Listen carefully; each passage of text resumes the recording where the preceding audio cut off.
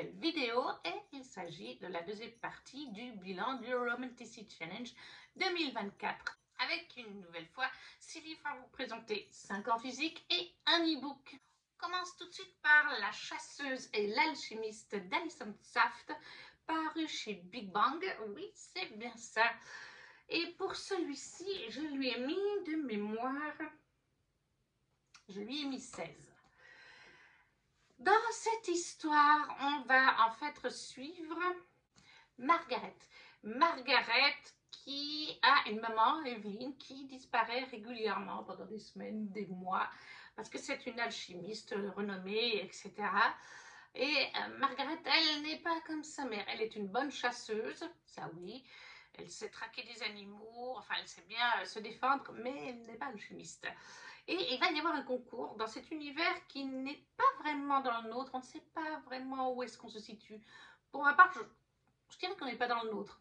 Par contre, au niveau technologique, on a une similitude à notre monde. De mémoire, je dirais dans les années 1900, quelque chose comme ça à peu près. Et en fait, Margaret veut participer à une chasse. Car il y a le Hala, c'est une créature mythologique, mythique, qui a fait son apparition. C'est une sorte de renard qui détruit les champs, les machins, et je crois qu'il mange des gens, quelque chose comme ça. Et en fait, il va y avoir une chasse qui va se dérouler en plusieurs étapes, et il faut un chasseur et un alchimiste. Du coup, Margaret, elle, c'est le chasseur, et il faut l'alchimiste, et ça, elle n'en a pas. Il y a un jeune homme, Wes. Il a plusieurs sœurs et une maman, mais ils ont une situation un petit peu précaire. Et il se présente en fait à l'idée de parler à Evelyn pour devenir son apprenti. Sauf qu'en général, les apprentis d'Evelyn ne font pas non plus long feu. Et elle n'est pas là. C'est donc la maman de Margaret.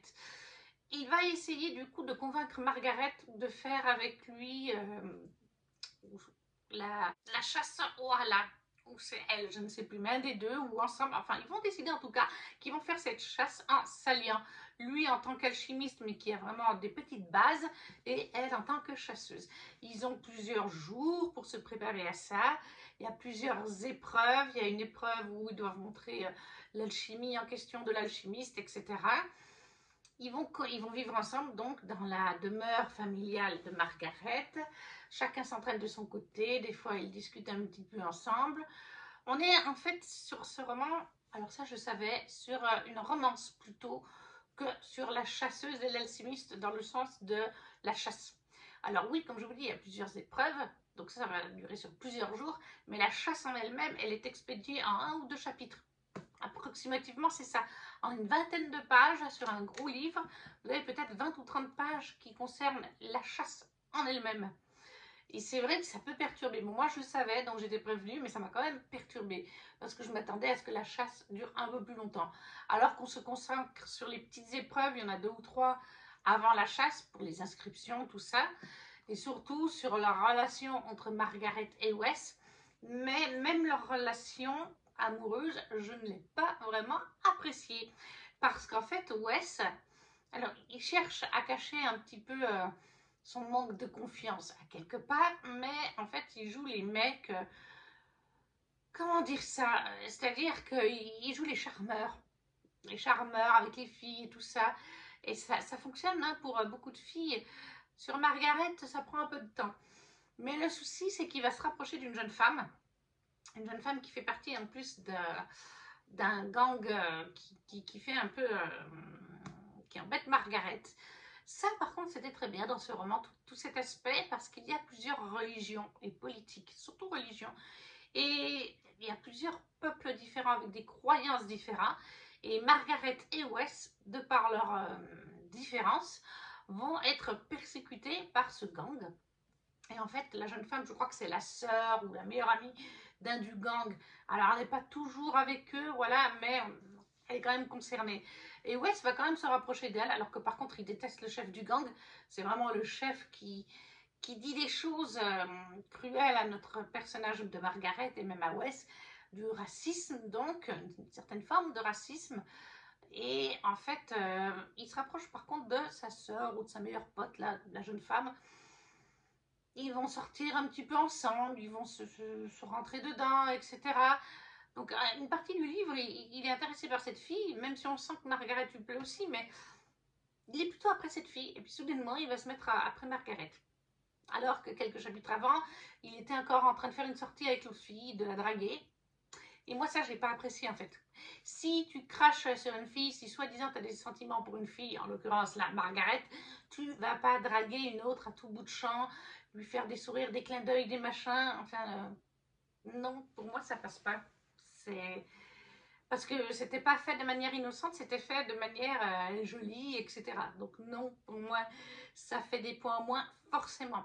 Et que Margaret l'accepte alors qu'elle s'en était rendue compte, et que ça la blesse à quelque part quand même, hein. Même si elle a du mal à se l'avouer, ben non. Après, le personnage de Wes en lui-même est très gentil, hein. Il veut participer à ce concours, finalement, il accepte d'y participer pour aider sa mère et ses sœurs, parce qu'ils sont dans une situation un petit peu précaire, dans une autre ville, dans un autre état, je crois qu'on peut carrément dire ça. C'est pas la porte d'à côté, il y a 2 ou 3 heures de train pour rejoindre la ville où se passe l'histoire de Margaret. Donc oui, c'est un bon fils. Après, une des sœurs pense qu'il pense un peu trop à lui-même, mais en fait, nous, on sait qu'il le fait pour ses sœurs et sa mère. Il croit vraiment en ses talents, il croit vraiment qu'il peut y arriver et qu'avec ça, il pourra, et s'il devient l'alchimiste, l'apprenti d'Elvin, il pourra vraiment les sortir de cette situation. Donc ça, là-dessus, voilà, la sœur, elle n'a pas le même point de vue, mais nous, on sait qu'il y croit. Donc là-dessus, oui, il est sympathique, mais l'aspect avec l'autre fille et la romance avec Margaret, je trouve pas ça bien géré. Vraiment pas. Donc ça m'a fait descendre des points. J'ai descendu des points aussi à cause du côté de la chasse. Voilà, qui est très peu présente, même si je le savais. Enfin voilà, j'en espérais quand même plus. Je trouvais le livre un peu mou. Enfin voilà, je ne sais pas comment vous décrire ça, à part mou. Je n'ai pas trouvé qu'il y avait vraiment de grosses intrigues captivantes ni quoi que ce soit.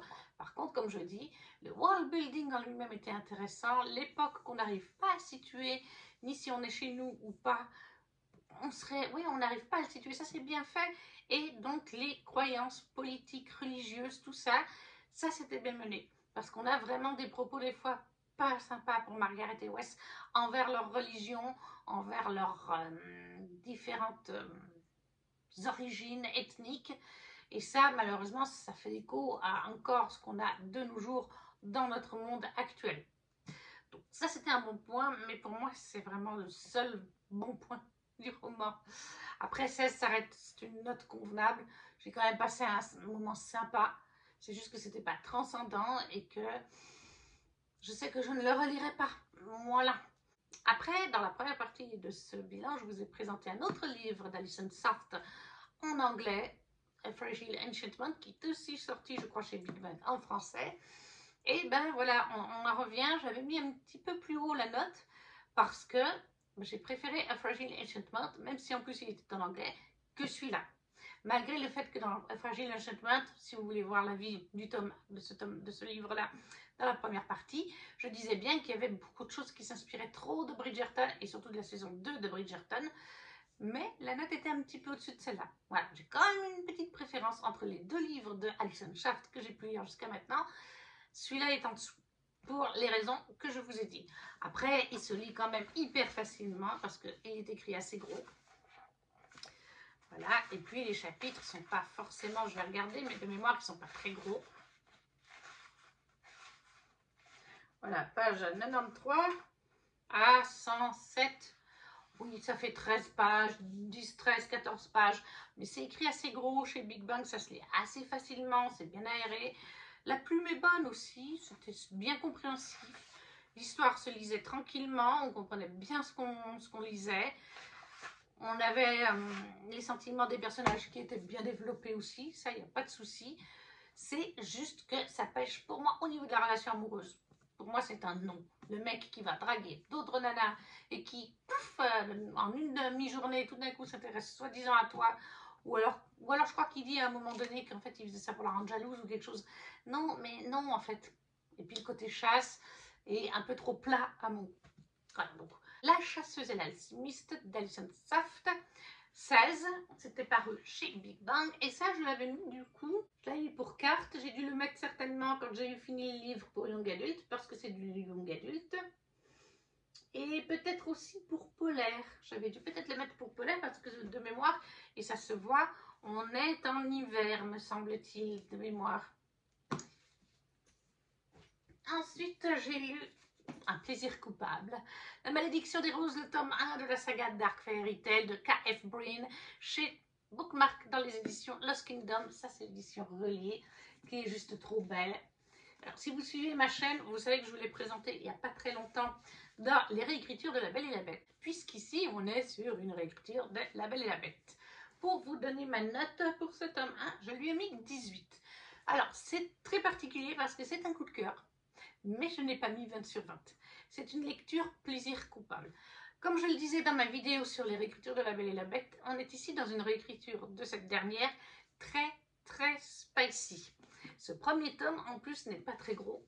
Il ne fait pas tout à fait 330 pages. Donc, ça se lit assez vite et il y a quand même pas mal de scènes déjà dans ce tome 1 assez explicites, assez spicy, un langage aussi cru et du coup au détriment un peu de l'histoire. L'histoire avance quand même dans ce tome 1. On a quelques révélations, on a quelques scènes d'action très intéressantes. La fin me donnait très envie de lire la suite, mais c'est vrai que ce n'est pas équitable entre le spicy et l'histoire, le world building. Le world building est aussi très intéressant d'ailleurs, soit dit au passage, mais il y a beaucoup de spicy. C'est pareil d'ailleurs pour le tome 2, vous verrez le moment venu où je vous en parlerai. C'est clairement une dominance de spicy vis-à-vis de l'histoire et de l'avancée de l'intrigue, c'est surtout ça. Et c'est déjà le cas dans ce tome 1, mais il y en a quand même. On n'est pas que sur du spicy, on n'est pas dans un film d'adulte hein, non plus. Enfin, les scènes y font penser, mais il y a quand même de l'histoire, de l'intrigue, du world building, que j'ai trouvé d'ailleurs très intéressant. Dans cette réécriture, on suit en fait Nifen, qui est la bête, et Finlay, qui est notre belle. En fait, là, on a une malédiction, bien entendu, une malédiction qui date, si je me souviens bien, de la période où il y avait le père de Nifen qui était vivant et qui était le roi. Et en fait, cette malédiction a plusieurs aspects. Au château, ça personne ne le sait, mais le château est en fait envahi de démons, surtout la nuit. Ils arrivent à passer par un portail, quelque chose comme ça. Ils envahissent la nuit et c'est des démons qui ont des phéromones, etc., sexuels très élevés et qui vont faire que tout le personnel, tout le monde au château s'envoie en l'air avec tout le monde, avec les démons, des threesomes, des quadrusomes, LGBT ou pas, enfin voilà. Certains du personnel apprécient ça, ça ne les dérange pas. Par contre, le fait est que c'est chaque nuit. Donc ils n'arrivent pas à bien dormir toutes les heures de la nuit, etc. Ils aimeraient bien de temps en temps pouvoir faire des pauses. Et ils n'ont pas le contrôle là-dessus parce que c'est des démons avec des phéromones et tout ça. Il y a cet aspect-là. Après, il y a un aspect où dans ce royaume, ces royaumes même, il y avait, chaque humain possédait une bête en laquelle il se transformait. Et d'ailleurs, il communiquait, la bête et l'humain. C'était deux personnalités bien distinctes. Mais là aussi, la malédiction a bloqué pour tout le monde, sauf pour Nifen, sa bête. Donc plus personne ne communique avec sa bête et ils ne peuvent plus se transformer en la bête. Ça pouvait être un loup, un dragon, un chat, voilà, plein d'animaux. Et bien sûr que plus l'animal était puissant, et vous imaginez bien, en général, la famille royale avait les dragons, hein, en logique. Mais les gens ne peuvent plus y accéder. Alors notre héroïne, était trop jeune pour avoir communiqué avec sa bête, pour pouvoir se transformer. C'est ses parents, les villageois qui lui racontaient cette période et ça leur manque. Forcément, il leur manque un pan d'eux-mêmes. Il n'y a que Nifen qui se transforme encore en bête, en dragon. C'est pour ça que tout le monde dit la bête. Même si... Et en fait, il y a aussi une maladie qui se répand, très certainement liée aussi à la malédiction. Et notre héroïne, qui est douée avec les plantes, cherche depuis des années des remèdes pour contrer la maladie ou la stopper carrément si elle peut. Et là, ses recherches ont plutôt bien donné quelque chose avec une plante qui ralentit vraiment la maladie et peut-être même qui serait capable de la stopper. Mais cette plante se trouve dans les jardins royaux. Les jardins où il y a cette bête draconique qui veille au grain et qui est très bougonne. Mais malgré tout, eh bien, elle y va. Elle y va, elle va se faire prendre par un Nifen, bien sûr, sous sa forme de dragon. Et à un moment donné, il va lui faire ce pacte qu'elle va venir vivre au château, sous sa protection.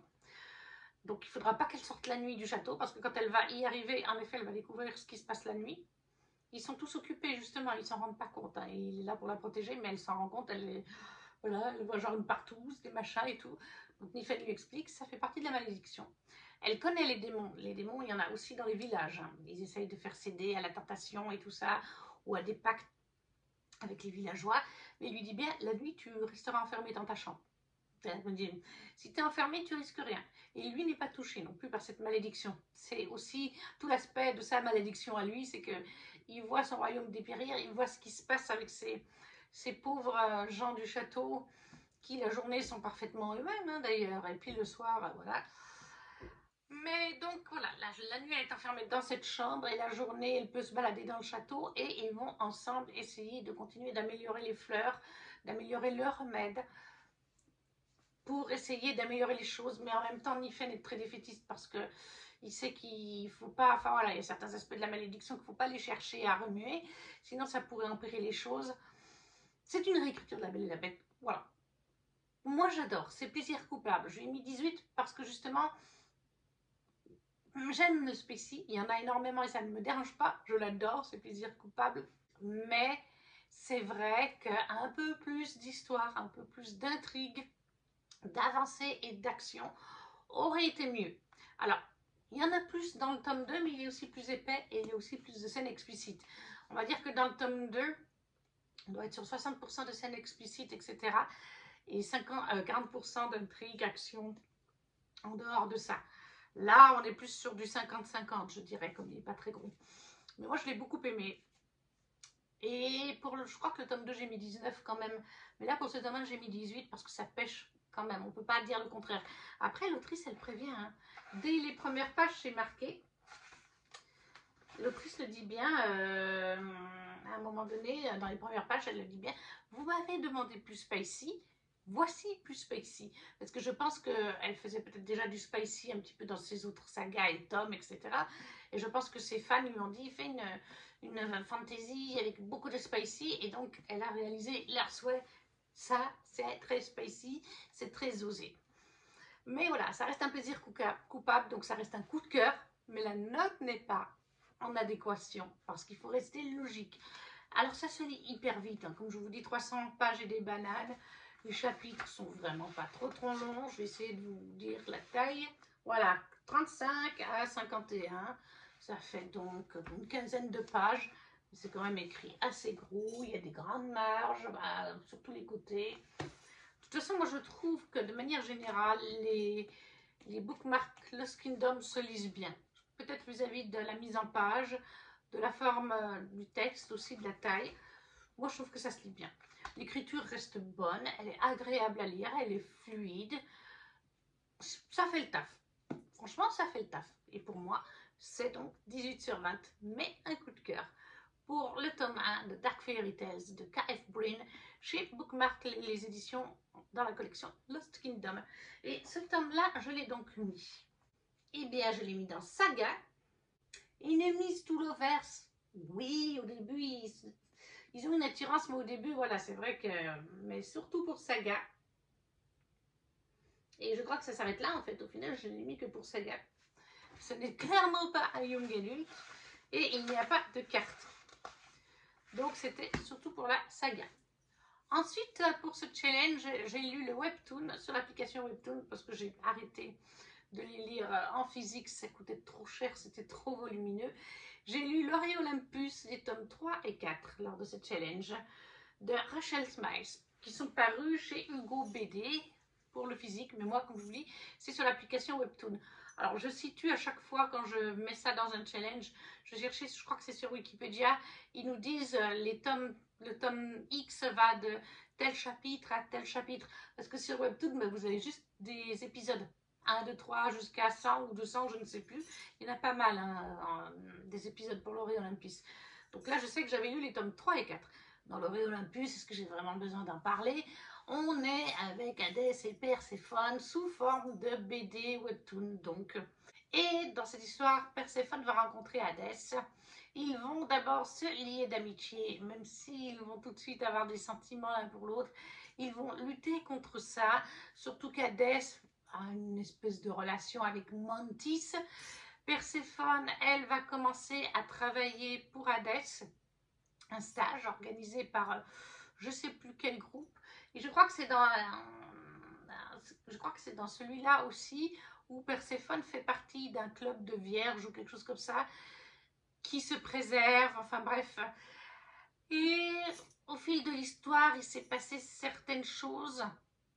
Perséphone a vécu un traumatisme qui va être mis en avant dans ce tome 3 d'ailleurs, puisqu'elle va se confier à Eros. Voilà, elle va se confier sur ce qui lui est arrivé à Eros. Donc on a dans ce tome 3 un aspect, de toute façon on l'avait déjà dans les autres tomes, Perséphone vivait mal ce qui lui est arrivé à cause d'un autre personnage de la mythologie grecque. Et là, elle se confie enfin à Eros, mais on a des passages qui ne sont pas faciles pour elle. L'exprimer à Eros n'est pas facile pour elle. Ça peut être difficile pour certaines personnes qui ont vécu ça en vrai, hein, qui lisent ce roman graphique. Et là, dans ce tome 3, Hadès va commencer officiellement une relation avec Mantis, mais il continue en même temps à avoir Perséphone, à être ami avec elle. Ils essayent, hein, en tout cas, mais dans ce tome 3 comme dans le tome 4. Mais ils sont toujours attirés l'un vers l'autre, ils se retrouvent toujours, ils se protègent mutuellement. Mantis va pas être toujours sympa avec Perséphone, même avec Hadès. Et on suit aussi d'autres dieux et déesses. Hein. On suit aussi Zeus et Héra, pour qui c'est pas toujours rose. On a Eros, on a Déméter, on a vraiment tous les dieux. Et j'aime toujours autant. Ce que j'apprécie, c'est que chaque dieu a une palette de couleurs qui lui est propre. Comme ça, on le reconnaît. Et une palette d'émotions aussi, de couleurs liées aux émotions. J'aime beaucoup comment ce web graphique est fait. J'aime beaucoup les tons et les couleurs de ce web graphique, c'est surtout ça. Et puis même le style de dessin. J'aime bien cette histoire d'Hadès et Perséphone, même si je trouve que ça prend vraiment son temps. Parce que, comme je vous dis, dans le tome 3, ils sont toujours amis. Hadès se met même avec Mantis. Et ça continue dans le tome 4. C'est moi je te cherche, enfin ouais, mutuellement ils se rapprochent et puis ils s'éloignent et puis ils restent amis et puis ouais, j'aimerais bien qu'ils finissent par se mettre ensemble parce que ça fait un moment que ça dure déjà. Mais bon, en même temps je crois qu'il y a 6 ou 7 tomes, donc c'est normal que ça dure puisque c'est les héros principaux. Vous allez me dire, c'est tout à fait logique. Mais donc pour moi ça c'est toujours un plaisir. Je peux pas trop vous en parler en détail parce que c'est un webtoon et comme pour une BD on ne peut pas trop en dire, même si un webtoon, là, chez Hugo BD, ils sont quand même bien plus épais qu'une BD standard, hein, attention. Le webtoon contient une flopée d'épisodes, mais ça n'empêche qu'il faut rester assez vague, ne pas trop rentrer dans les détails. Et au bout d'un moment, c'est vrai que j'ai déjà dit plusieurs fois, pour les tomes 1 et 2, le niveau du graphisme, les couleurs, les tons choisis, donc après, c'est un petit peu se répéter. Mais donc, L'Or et Olympus, les tomes 3 et 4 de Rachel Smiles, je les avais mis pour graphique. Young Adult, ça va aussi très bien dedans. Et ça s'arrête là. Parce que c'est pas une femme badass. Hein. Et L'Or et Olympus, de manière générale, cette saga, moi je l'ai mis 18 sur 20. Parce que il me manque un petit peu plus de choses et de profondeur pour pouvoir mettre plus et que ce soit un coup de cœur. C'est un moment agréable. C'est doudou, c'est cocooning, mais c'est pas un coup de cœur et il me manque des choses, plus d'approfondissement pour pouvoir mettre plus. Ensuite, j'ai lu le tome 2 du Pont des Tempêtes de Daniel L. Jensen dans cette jolie édition chez Brajlon. Et là, c'est un coup de cœur, c'est 20 sur 20. Dans cette histoire, dans cette première biologie, dans l'univers du Pont des Tempêtes, on suit Lara et Aren qui viennent chacun de deux royaumes ennemis dans un univers de fantasy maritime complètement inventé. D'ailleurs, vous avez toujours la carte que Brajlon a fait faire pour chacun des tomes au verso. Et Aren est le roi d'Itikana. C'est les îles qu'on voit au milieu de la carte. Ils ont un système de pont pour passer d'île en île, un système très ingénieux. Et c'est Itikana qui possède ces îles, ce royaume. Et en fait, eh bien, les autres royaumes autour essayent toujours de faire des alliances avec Itikana ou de leur prendre leur royaume. Et en fait, on a les Maridrina. C'est le peuple de Lara et son père est au pouvoir. Il y a des années de ça, avec les parents de Arène, ils avaient fait un pacte que le roi enverrait une de ses filles, parce qu'il en a plusieurs, hein, il a plusieurs concubines, tout un harem, ce cher roi, et qu'il enverrait une de ses filles en mariage à Arène pour faire une alliance entre les deux royaumes. Sauf que le roi avait une autre idée en tête. Il a fait élever ses filles dans le désert, loin de la cour, loin du peuple, de tout le monde, avec des professeurs spécialisés pour que les jeunes femmes deviennent douées en amour, en séduction, en armes, en poignards, en dagues, en poison, en tout ce que vous voulez. Et ainsi, celle qui sera la meilleure sera choisie pour devenir la future reine d'Itikana, la femme d'Arène, pour se rapprocher de lui, découvrir les secrets d'Itikana et surtout du pont, son fonctionnement, pour que son père puisse s'introduire dans ce dernier et prendre possession d'Itikana, la revendiquer comme sienne. Mais Lara, au début, elle n'a pas été choisie, hein, déjà. Elle a fait une découverte dans le tome 1 et elle a grugé son père et ses sœurs. Du coup, c'est elle qui a été choisie pour une certaine raison. Et en fait, elle va donc se marier à Arène. Mais est-ce qu'Arène est vraiment le monstre, tout comme les Itikaniens, que son père cherche à faire croire à son propre peuple, les Maridrinia, comme je vous ai dit? Ou est-ce qu'il n'y a pas autre chose là-dessous? Et là, on est dans le tome 2. Dans le tome 2, Lara a fait des choix. Lara a découvert des choses à la fin du tome 1 et a choisi son camp. Attention, là, je vous spoil la fin du tome 1. Elle a choisi Itikana. Malheureusement, avant ça, elle a fait par mégarde des erreurs et elle a donné des instructions à son père qui a pu prendre possession des îles, du pont. Et malheureusement, Arène a été fait prisonnier. Avant ça, il avait dit à Lara de s'enfuir parce qu'il avait découvert le poteau rose. Donc il lui a dit de s'enfuir. Ça ne veut pas dire qu'il ne l'aime plus, mais il ne veut pas non plus la tuer. Mais voilà, il ne voulait plus la voir, il ne voulait plus en entendre parler. Et Lara, elle a réalisé à quel point, au contraire, elle l'aimait et à quel point son père était le connard. Et là, dans ce tome 2, elle veut réparer ses erreurs. Elle veut libérer Arène, qui est prisonnier à la capitale de Maridrina, dans le château de son père qui est impénétrable. On ne peut pas en sortir, on ne peut pas en rentrer. Donc elle veut le faire sortir. Elle veut qu'il puisse récupérer son trône et elle veut aider Itikana du mieux qu'elle peut. Mais elle sait que ça passe par Arène. Donc dans ce tome 2, on va être avec Arène et Lara, chacun leur tour, leur point de vue. Et Lara va aller chercher l'aide de ses sœurs. Et ça, j'ai adoré toute cette partie. Parce que, eh bien, quand Lara, dans le tome 1, a fait ses découvertes concernant le tout début du roman, elle a fait en sorte que son père croyait que toutes ses sœurs sont mortes, qu'elle a empoisonné toutes ses sœurs. En fait, c'était juste un truc pour les faire endormir profondément, qu'on a l'impression qu'elles sont mortes.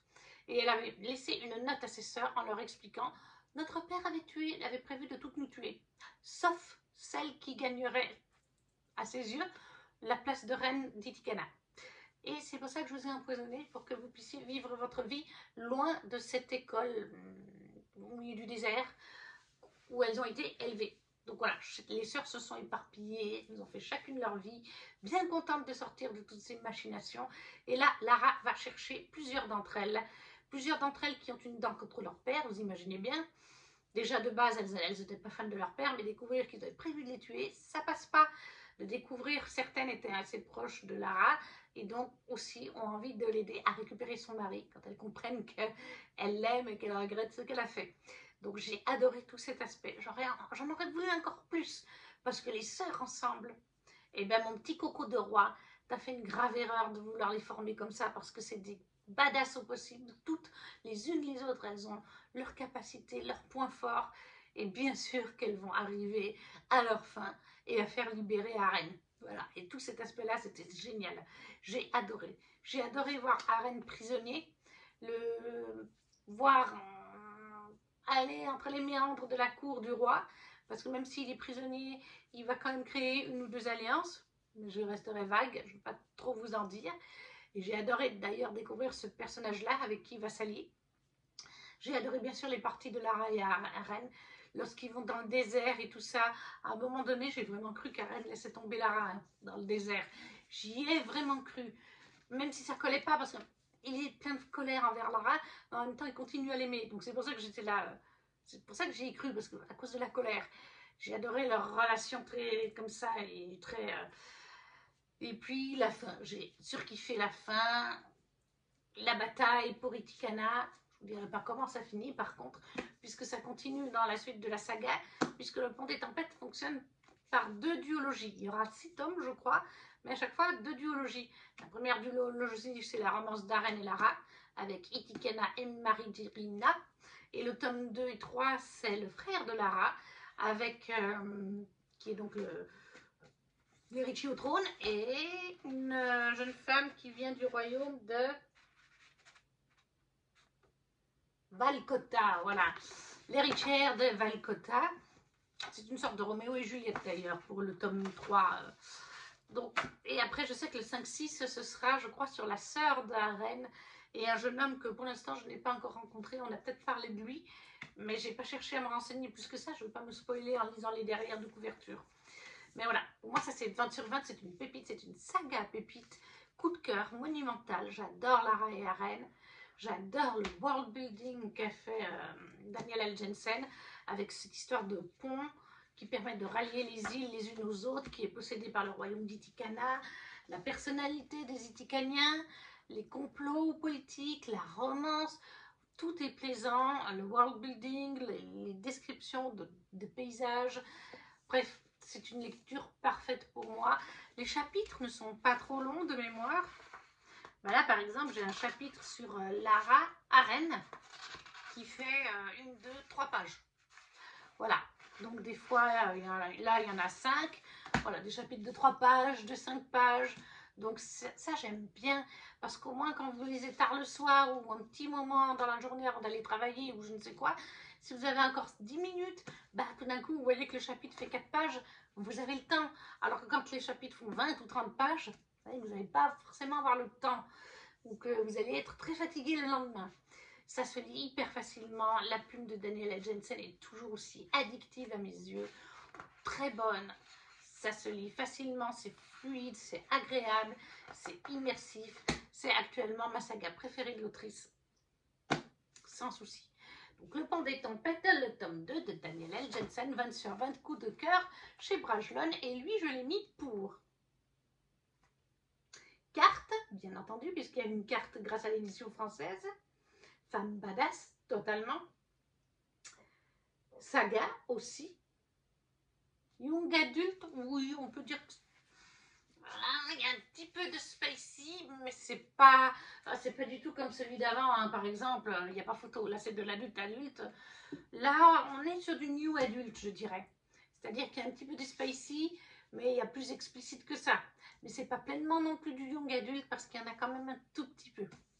Mais voilà, pépite pour celui-là. Ensuite, j'ai lu le tome 3 des Accords corrompus, qui est Rêve de feu et Rêve de liberté. Ben, le tome 3, c'est Rêve de feu, de Kelly Sinclair, chez Bookmark, dans la belle édition, les intégrales en soft touch, qui sont disponibles uniquement à certaines périodes de l'année sur le site de Bookmark. Dans ce tome 3, alors en fait, dans cette histoire, on suit en fait Olina qui est la Tatuma d'Ozolis. Le royaume d'Ozolis, ça c'est un royaume de feu, de soleil, de chaleur. Et en face, vous avez Glacium qui est le royaume du froid polaire, etc. Alors, malheureusement, dans cette intégrale, il n'y a pas de carte. C'est dommage. Et en fait, vous avez des royaumes qui sont côte à côte. Et en fait... ça tourne, la planète tourne d'une certaine façon que à certaines périodes de l'année, le cadran du côté du chaud, à certaines périodes de l'année, vous n'allez pas pouvoir vivre dans certaines parties du royaume d'Ozolis parce que c'est trop chaud, tout brûle, la nourriture, enfin, les herbes, les plantes, tout brûle, votre peau brûle. D'autres endroits sont tempérés et agréables et chaudes. Voilà, et donc il y a ce tournus. Et c'est pareil sur Glacium, il y a un tournus aussi. Il y a certains endroits de Glacium, à certains moments de l'année, vous ne pourrez pas y vivre parce que c'est vraiment trop froid. D'autres, c'est toujours polaire, mais supportable. Et au milieu, entre les deux royaumes, vous avez une partie de rochers flottants, etc., qui connectent les deux royaumes. Et ils sont en paix depuis un certain nombre d'années maintenant. Ils se sont fait la guerre pendant longtemps. Il y a des délégations qui viennent pendant quelques semaines dans un royaume, puis plus tard dans l'autre royaume. C'est comme ça depuis quelques années. Sauf que là, tout début du roman, Olenna, c'est la délégation de Glacium qui est à Osolis. Et Olenna s'est liée d'amitié et même tombée amoureuse de la délégation, et pas n'importe qui, le petit frère du roi, le prince de Glacium. Et elle va même se découvrir son visage parce qu'Olenna vit masquée. Elle porte un voile sur son visage depuis qu'elle est bébé. Personne ne la voit. Il n'y a que sa mère qui connaît son visage. Même Olenna ne connaît pas son visage. Elle a interdiction de le regarder dans un reflet de rivière, de miroir, de tout ce que vous voulez. Le peu de personnes qui ont vu son visage, c'est arrivé genre 1 ou 2 fois, ont été tuées par sa mère qui l'a tout de suite découvert. Comment ça allait le savoir? Et là, elle vit une romance donc avec le prince du royaume de Glacium. Elle va lui montrer son visage parce qu'il va insister et tout. Il va sembler être très surpris. Et Olenna, ça l'intrigue parce qu'à chaque fois, les gens sont très surpris avant de se faire tuer. Et encore une fois, ça ne manque pas, le prince se fait tuer d'une flèche. Une flèche qu'elle va garder précieusement. Et en fait, avant même que sa mère puisse intervenir, Olenna va être enlevée par la délégation de Glacium quand il découvre que le prince a été tué. Il veut l'emmener Olenna pour qu'elle soit interrogée par le roi en personne, qui est Jovan, le roi Jovan. Et donc Olenna, elle va être amenée, ça va mettre déjà du temps pour remonter jusqu'à Glacium et jusqu'à Jovan. Et quand elle va arriver, elle va lui montrer la flèche. Je crois qu'elle lui montre la flèche en privé, etc. Bref, ils vont décider qu'ils vont mener une enquête parce que c'est très très bizarre. Il semblerait que ce soit peut-être le royaume d'Ozolis ou peut-être un Glacium, enfin bref.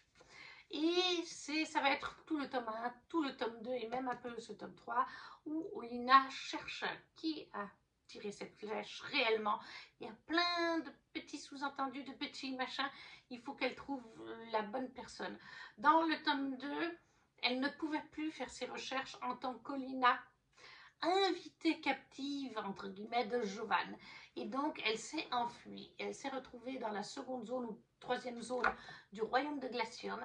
Elle se retrouvait à combattre dans des arènes qui sont illégales à Glacium et à créer des liens d'amitié avec les gens de sa caserne, parce que ça fonctionne par groupe caserne de gang, si on peut dire ça, qui se retrouvent pour faire ces combats illégaux. Bien sûr qu'à ce moment-là, elle est démasquée, elle sait pourquoi sa mère avait fait ça. Jovan aussi le sait, mais c'est le seul, c'est les deux seuls. C'est eux deux seulement qui savent qui elle est vraiment. Ça la perturbe aussi grandement. Et du coup, elle va faire ses combats parce que c'est une grande guerrière. Sa mère ne le sait pas, mais elle a été formée par un professeur sur Osolis qui est comme son père, un mentor, comme un second papa. Son frère le savait qu'elle faisait ses combats parce qu'elle a un frère, un petit frère, qui s'entend d'ailleurs très bien et qui la rejoint dans ce tome 3 et dans ce tome 4, mais là on est sur le 3. Et voilà, dans le tome 2, elle a vécu donc avec ce gang, elle a créé des liens. Cette saga, c'est ça aussi, c'est créer des liens avec des gens qui ne sont pas de votre famille et de finir par avoir une espèce de found family, une famille de cœur. Et c'est le cas avec ce gang et avec d'autres personnages qui étaient dans la délégation qui était dans son royaume d'Ozolis. Elle a fini aussi par créer des liens avec eux dans tout le tome 1. Et dans ce tome 3, tout ce petit monde va se retrouver connecté. Au début, les uns et les autres ne savent pas. Hein. Il y en a qui disent « Ah, ça y est, Olenna est revenue ». Et il y en a d'autres qui la connaissent sous son identité secrète de guerrière qui fait des combats et qui bat tout le monde. Et à un moment donné, ces deux identités vont bien sûr se retrouver. Elle va devoir avouer à tout le monde la vérité. Seul Jovan avait compris. Certains vont l'accepter, d'autres vont mettre un petit peu plus de temps, mais j'ai trouvé ça incroyable, tout ce côté, encore une fois, de found family, qui continue. La plupart d'entre eux, que ce soit les glaciums de la délégation, l'acceptent, que ce soit ceux du gang, et tout ce petit monde qui ne vit pas du tout de la même façon, parce que les gangs, c'est les pauvres et tout ça, la délégation de Glacium, c'est les riches, mais tout le monde va apprendre un petit peu à se connaître, parce que malheureusement, comme on découvre à la fin du tome 2, il me semble que c'est à la fin du tome 2, eh bien, la reine, la mère de Lina, qui n'aime pas du tout sa fille, elle en a en fait rien à faire, mais va déclarer la guerre à Glacium. Et pour Olenna, c'est hors de question. C'est elle la future reine et elle veut que les deux royaumes soient en paix. Elle ne veut pas qu'il y ait des morts d'un côté comme de l'autre. Elle a des amis et de la famille dans les deux royaumes. Et en fait, elle et Jovan vont commencer à mettre en place dans le tome 3 des stratégies, des alliances, parce qu'il y a aussi un troisième peuple qui est découvert à la fin du tome 2 par Olenna, un troisième peuple qui la concerne beaucoup. Et voilà, c'est ça. Leur objectif, c'est d'essayer d'éviter la guerre, ou s'il doit y avoir guerre, le moins de pertes possible dans les deux camps, et de détrôner la Tatoum. La Tatouma Tatoum, je crois que c'est la Tatoum, la reine, pour qu'Olenna puisse enfin prendre son poste de reine d'Ozolis, si sa mère est détrônée. Mais il se passe plein de choses, il y a plein de complots. On continue à chercher la flèche, hein. On continue ça, on continue... et puis, il y a des complots, même au sein de Glacium, hein, il y a des complots pour essayer de détrôner Jovan. Donc, et au milieu de ça, au milieu de tous ces complots, de tout ça, Jovan et Olenna se rapprochent, puisque c'est une romantécie, bien entendu. Et ils sont touchants. Jovan est hyper touchant.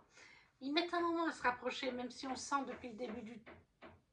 Ils se rapprochent, même si depuis le tome 1, on sentait qu'il y avait quelque chose. Mais bien sûr que pendant une bonne partie du tome 1 et du tome 2, ils ne veulent pas s'avouer leurs sentiments parce que Jovan, c'est le grand frère du Love Interest qu'elle avait dans le tome 1 qui est décédé.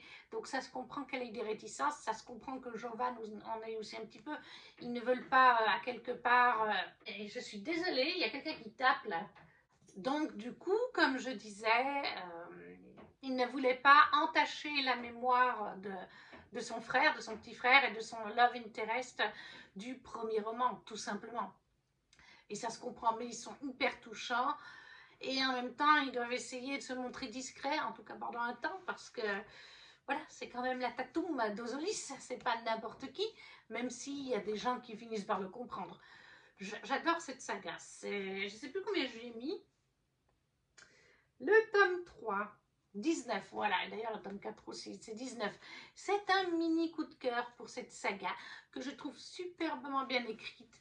J'adore vraiment cet univers avec Glacium et Ozolis qui fonctionne. Donc comme je vous ai dit, il y a des endroits de l'année où vous pouvez pas, parce que ça tourne sur lui-même, et donc à certains moments de l'année, vous ne pouvez pas être sur certains endroits de Glacium parce que vous mourrez gelé en quelques secondes. Et c'est pareil de l'autre côté avec Ozolis. Il y a des endroits plus tempérés et c'est là où vous allez vivre pendant 3-4 mois de l'année avant de vous déplacer dans un autre château, etc. Et puis en même temps, les deux royaumes doivent se maintenir parce que c'est un équilibre dans le monde. S'il n'y a pas les deux royaumes, si un des royaumes est annihilé par l'autre, ça n'ira plus. Au niveau des pages, on est sur une dizaine de pages en moyenne. C'est écrit, il y a des grandes marges, encore une fois, comme dans les bookmarks, c'est écrit assez gros, ça se lit vite. La plume de Kelly Sinclair est très addictive, vraiment, c'est des gros pavés, hein. Mais au final, alors c'est vrai que je lis plusieurs livres en même temps, mais je pense que si je lisais qu'un livre en même temps, en un jour et demi, il serait lu, hein, parce que c'est vraiment addictif, c'est super fluide, c'est young adulte, il n'y a pas vraiment de scène vraiment très spicy, ou un tout petit peu, mais c'est vraiment très light, hein. C'est vraiment presque pour tout le monde. Non, il faut quand même, je pense, avoir une quinzaine d'années pour le lire, mais ça reste super agréable, super fluide. Le world building est incroyable, les personnages sont incroyables. En plus de ça, j'adore le côté Found Family. Moi, je ne peux que vous recommander cette saga de Kelly Sinclair chez Bookmark. Donc 19 sur 20, mini coup de cœur. Et ça, je l'ai mis du coup pour les catégories Enemies to Lovers, ça complètement, polaire, puisque Glacium est un royaume polaire. Femme badass, parce qu'Olenna, je vous ai dit, elle sait se battre, etc. Donc c'est une femme badass.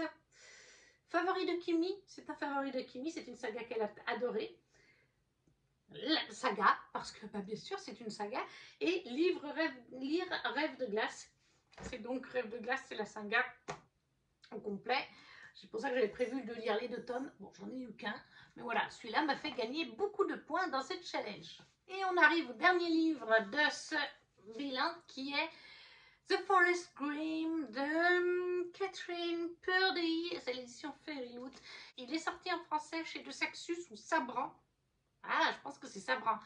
Parce qu'on est ici dans une inspiration réécriture de contes. Un petit peu les contes des frères Grimm.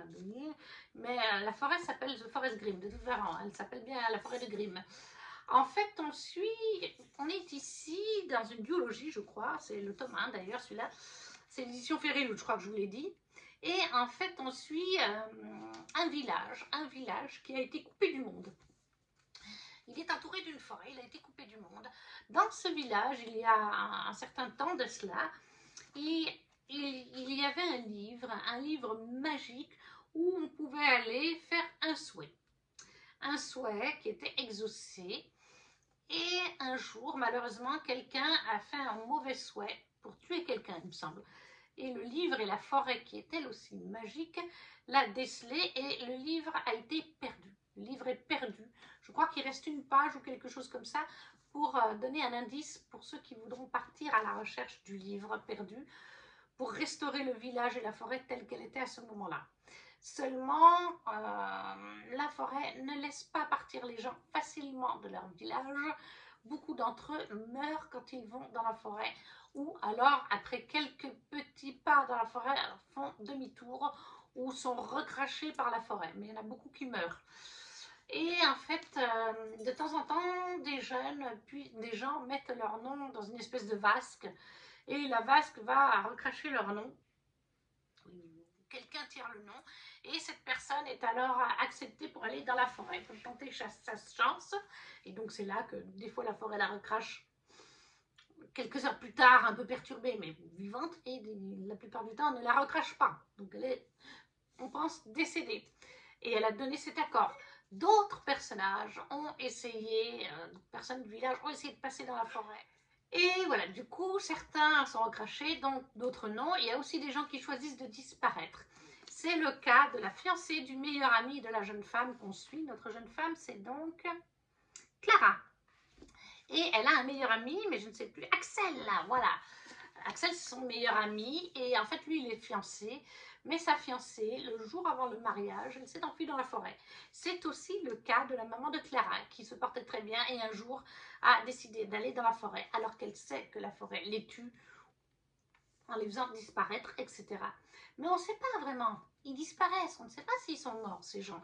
Et Clara, elle cherche à faire partie, elle a déjà plusieurs fois mis son nom dans l'espèce de coupe sans y arriver.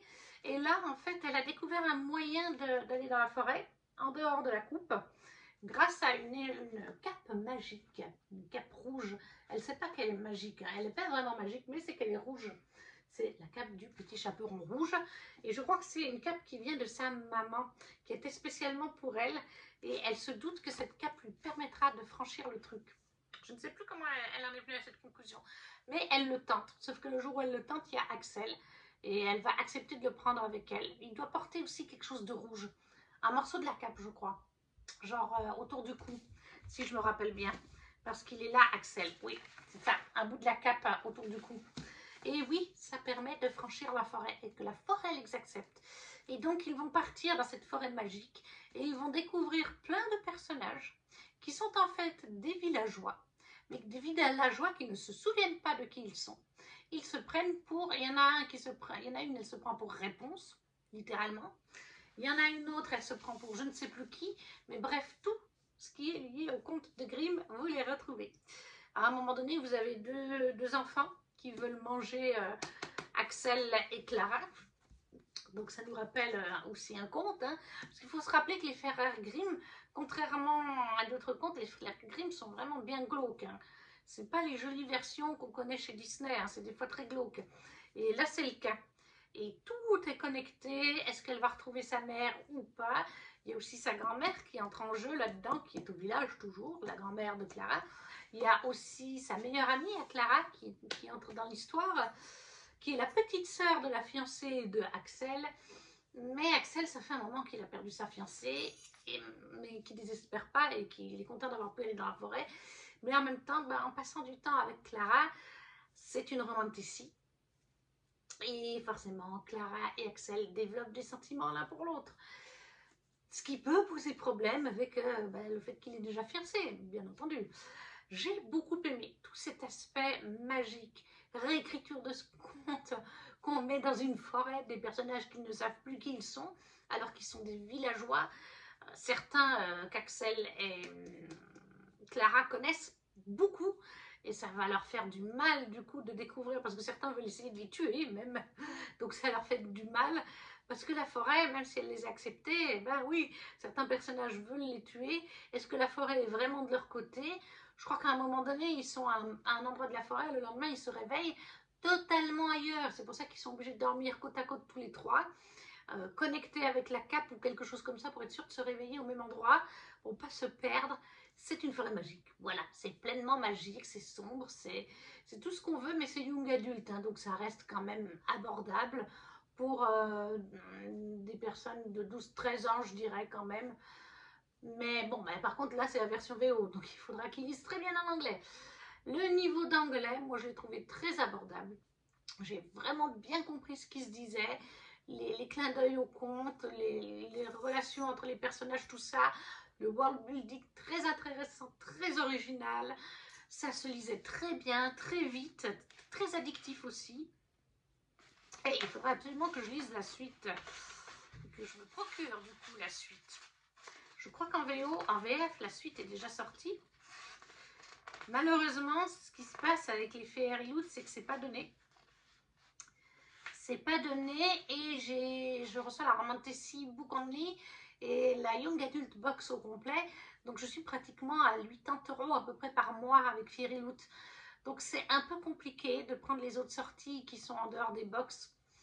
Et c'est le cas de toutes les sagas qui ont des suites, ça sort de temps à autre. Et il en sort plusieurs par mois. Et je l'ai loupé. Voilà, c'était une période où je ne pouvais pas me permettre de prendre le tome 2. Ça m'a bien embêté parce que je l'ai beaucoup aimé. Et en plus, il est magnifique ce roman. Donc j'aimerais bien le tome 2 en édition Fairy Loot. Il faudra que je cherche sur Vinted, certainement. Au niveau des chapitres, et bien là, celui-ci, il fait 258 à 271.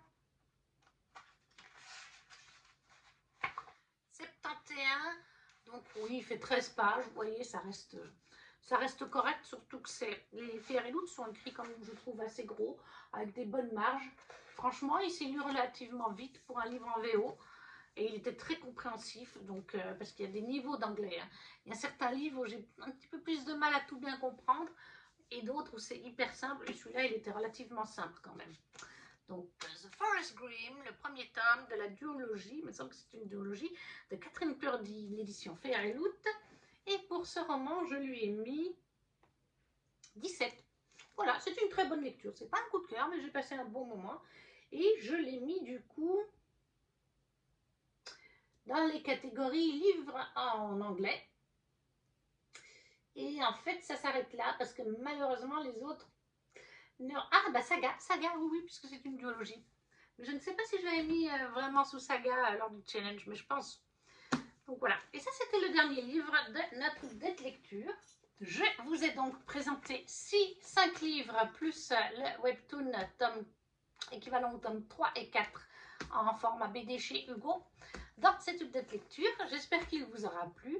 N'hésitez pas à me commenter en me disant si vous avez lu certains de ces livres, s'ils vous font envie, si vous ne savez pas comment mettre un petit emoji, un petit pouce, les deux soutiennent la chaîne, à partager la vidéo si le cœur vous en dit. Et nous, on se retrouve très vite pour une prochaine vidéo. Ciao, ciao!